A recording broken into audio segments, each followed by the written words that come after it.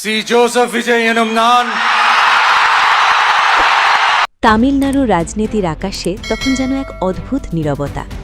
বাইরে থেকে সবকিছু স্বাভাবিক মনে হলেও ভেতরে ভেতরে চলছিল ক্ষমতার এমন এক খেলা, যার প্রতিটি চাল নির্ধারণ করছিল শুধু একটি রাজ্যের ভবিষ্যৎ নয়, বরং ভারতের সামগ্রিক রাজনৈতিক মানচিত্র।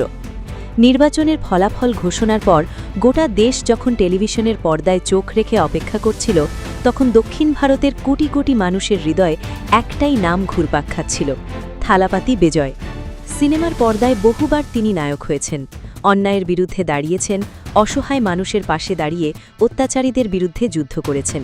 কিন্তু বাস্তব রাজনীতির ময়দান যে সিনেমার থেকেও অনেক বেশি নির্মম, সেটা বুঝতে তার খুব বেশি সময় লাগেনি।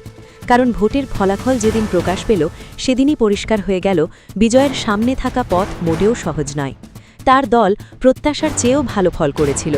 রাজ্যের বড় বড় রাজনৈতিক শক্তিগুলোকে পেছনে ফেলে মানুষ তাদের ওপর আস্থা রেখেছিল, কিন্তু সেই আস্থার মাঝেও ছিল এক বিশাল শূন্যতা। সরকার গঠনের জন্য যে সংখ্যাটা দরকার ছিল, ঠিক সেই জায়গায় গিয়েই আটকে গেল সবকিছু। মাত্র একটি আসনের অভাবে থমকে দাঁড়ালো ক্ষমতার দরজা।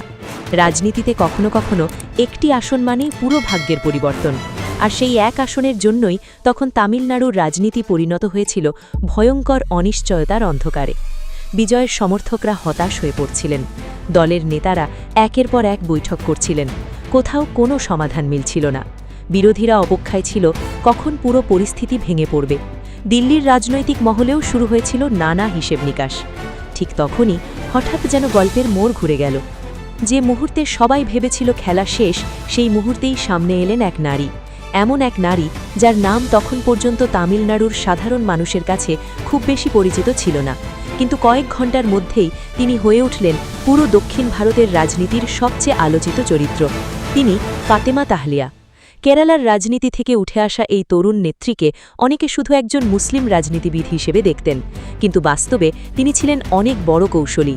ছাত্র রাজনীতি থেকে জাতীয় পর্যায়ে উঠে আসা ফাতেমা খুব ভালো করেই বুঝতে পেরেছিলেন তামিলনাড়ুর এই সংকটের রাজনৈতিক অর্থ কী। তিনি দেখছিলেন, যদি এই মুহূর্তে বিজয়ের সরকার গঠন ব্যর্থ হয়, তাহলে শুধু একটি সরকারই পড়ে যাবে না, দক্ষিণ ভারতের রাজনীতির শক্তির ভারসাম্যও বদলে যাবে। দিল্লির কেন্দ্রীয় রাজনীতি আরও শক্তিশালীভাবে দক্ষিণে প্রভাব বিস্তার করবে। আর সেই কারণেই তিনি সিদ্ধান্ত নিলেন এমন এক পদক্ষেপ নেয়ার, যা পুরো খেলাটাই ঘুরিয়ে দিল।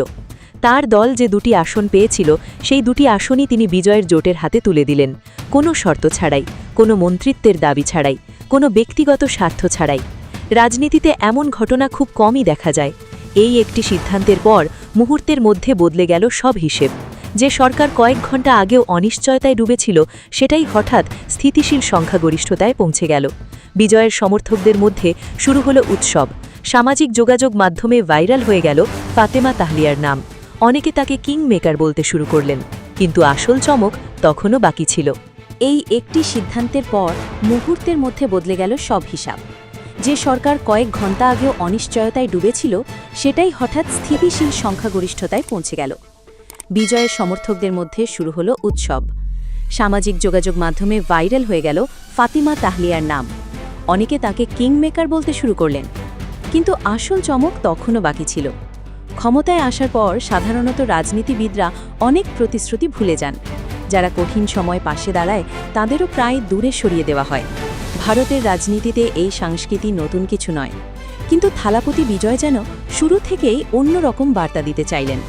তিনি প্রকাশ্যে ঘোষণা করলেন, ফাতিমা তাহলিয়ার অবদান তিনি কখনো ভুলবেন না। এরপর যা ঘটল তা সত্যি ইতিহাস হয়ে গেল। তামিলনাড়ুর নতুন মন্ত্রিসভায় জায়গা পেলেন ফাতেমা তাহলিয়া। শুধু একজন মন্ত্রী হিসাবেই নয়, বরং নতুন প্রজন্মের রাজনৈতিক প্রতীক হিসাবেও তাকে সামনে আনা হলো।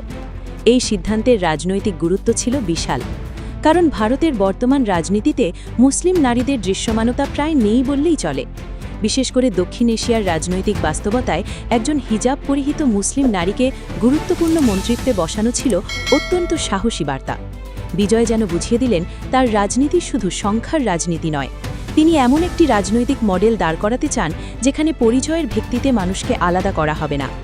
তামিলনাড়ুর রাস্তায় তখন নতুন আলোচনা শুরু হলো। তরুণ প্রজন্ম বলছিল, এই প্রথম তারা এমন একটি সরকার দেখছে, যেখানে ধর্ম নয়, যোগ্যতা ও অবস্থানকে গুরুত্ব দেওয়া হচ্ছে। সংখ্যালঘু সম্প্রদায়ের ভেতরেও নতুন আশার জন্ম নিল। কিন্তু এই সিদ্ধান্তে সবাই খুশি হয়নি। উগ্র হিন্দুত্ববাদী গোষ্ঠীগুলো সামাজিক যোগাযোগ মাধ্যমে প্রচারণা শুরু করল। কেউ কেউ বিজয়কে সংখ্যালঘু তোষণকারী বলেও আক্রমণ করল। রাজনৈতিক চাপ বাড়তে লাগল। দিল্লির কয়েকটি টেলিভিশন চ্যানেল এই বিষয়টিকে ঘিরে উত্তপ্ত বিতর্ক শুরু করল। কিন্তু বিজয় পিছু হটলেন না, বরং তিনি আরও কঠোর অবস্থান নিলেন। মুখ্যমন্ত্রী হিসাবে প্রথম বড় ভাষণে তিনি স্পষ্ট করে দিলেন, তামিলনাড়ুতে কোনো ধরনের ধর্মীয় বিদ্বেষ বরদাস্ত করা হবে না। মুসলিম, হিন্দু, খ্রিস্টান যেই হোক, কারো উপর হামলা হলে সরকার কঠোর ব্যবস্থা নেবে। তিনি বললেন, আইনের উপরে কেউ নয়। এই একটি বক্তব্য যেন পুরো দেশের রাজনৈতিক পরিবেশে নতুন বিতর্ক তৈরি করল। কারণ গত কয়েক বছরে ভারতের বিভিন্ন জায়গায় ধর্মীয় উত্তেজনা, মব লিঞ্চিং, পোশাক নিয়ে বিতর্ক এবং সংখ্যালঘুদের নিরাপত্তা নিয়ে প্রশ্ন বারবার উঠেছে। সেই প্রেক্ষাপটে দাঁড়িয়ে বিজয়ের এই অবস্থান তাকে দেশের অনেক মানুষের কাছে আলাদা পরিচয় দিল। কিন্তু শুধু ধর্মীয় সম্প্রীতির বার্তাতেই থেমে থাকেননি তিনি। ক্ষমতায় বসার পরপরই আর একটি বড় সিদ্ধান্ত নিলেন, যা তামিলনাড়ুর অর্থনীতির সঙ্গে সরাসরি জড়িত ছিল। অনেকে বলছেন বিজয় এবং তার দল ধীরে ধীরে দক্ষিণ ভারতের বাইরেও সংগঠন বিস্তারের পরিকল্পনা করছে। কর্ণাটক, কেরালা, তেলেঙ্গানা, অন্ধ্রপ্রদেশ এসব জায়গায় ইতোমধ্যেই তাদের সমর্থক গোষ্ঠী তৈরি হতে শুরু করেছে। আর যদি সত্যিই এই তামিলনাড়ু মডেল জনপ্রিয় হয়ে ওঠে, তাহলে ভারতের জাতীয় রাজনীতিতেও বড় পরিবর্তন আসতে পারে। কারণ দীর্ঘদিন ধরে ভারতীয় রাজনীতিতে উত্তর ভারতের আধিপত্য নিয়ে দক্ষিণে অসন্তোষ রয়েছে। ভাষা, সংস্কৃতি, অর্থনীতি সবকিছু নিয়েই দক্ষিণ ভারতের অনেক মানুষ মনে করেন তাদের কণ্ঠ যথেষ্ট গুরুত্ব পায় না।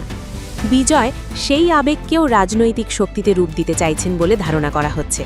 তার ভাষণগুলোতে এখন বারবার উঠে আসছে আঞ্চলিক মর্যাদা, সাংস্কৃতিক স্বাধীনতা এবং সম অধিকারের বিষয়গুলো। এই কারণেই দিল্লির রাজনৈতিক মহলেও তাকে নিয়ে উদ্বেগ বাড়ছে। কারণ তিনি শুধু একজন জনপ্রিয় অভিনেতা নন, ধীরে ধীরে তিনি এমন এক রাজনৈতিক প্রতীকে পরিণত হচ্ছেন যিনি তরুণদের আবেগ, স্বল্প সংখ্যকদের নিরাপত্তা, সামাজিক সংস্কার এবং আঞ্চলিক আত্মপরিচয় সবকিছুকে একসঙ্গে মেলাতে পারছেন। এটাই তাকে অন্যদের থেকে আলাদা করছে। রাজনীতিতে অনেকে আসে, অনেকেই জনপ্রিয় হয়, কিন্তু খুব কম মানুষই নিজেদের চারপাশে একটি নতুন রাজনৈতিক কল্পনা তৈরি করতে পারে। থালাপতি বিজয় এখন ঠিক সেটাই করার চেষ্টা করছেন। আর সেই যাত্রার সবচেয়ে গুরুত্বপূর্ণ চরিত্রদের একজন হয়ে উঠেছেন ফাতেমা তালহিয়া। একসময় যাকে খুব কম মানুষ চিনত, আজ তিনি জাতীয় পর্যায়ের আলোচনার কেন্দ্রে। তার একটি সিদ্ধান্ত বদলে দিয়েছে পুরো রাজনৈতিক সমীকরণ।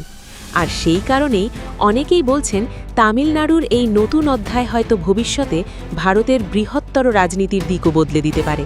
এখন দেখার বিষয় এই জোট কতটা টিকে থাকে, বিজয়ের ঘোষিত সংস্কারগুলো বাস্তবায়ন হয় কিনা, আর সবচেয়ে বড় প্রশ্ন,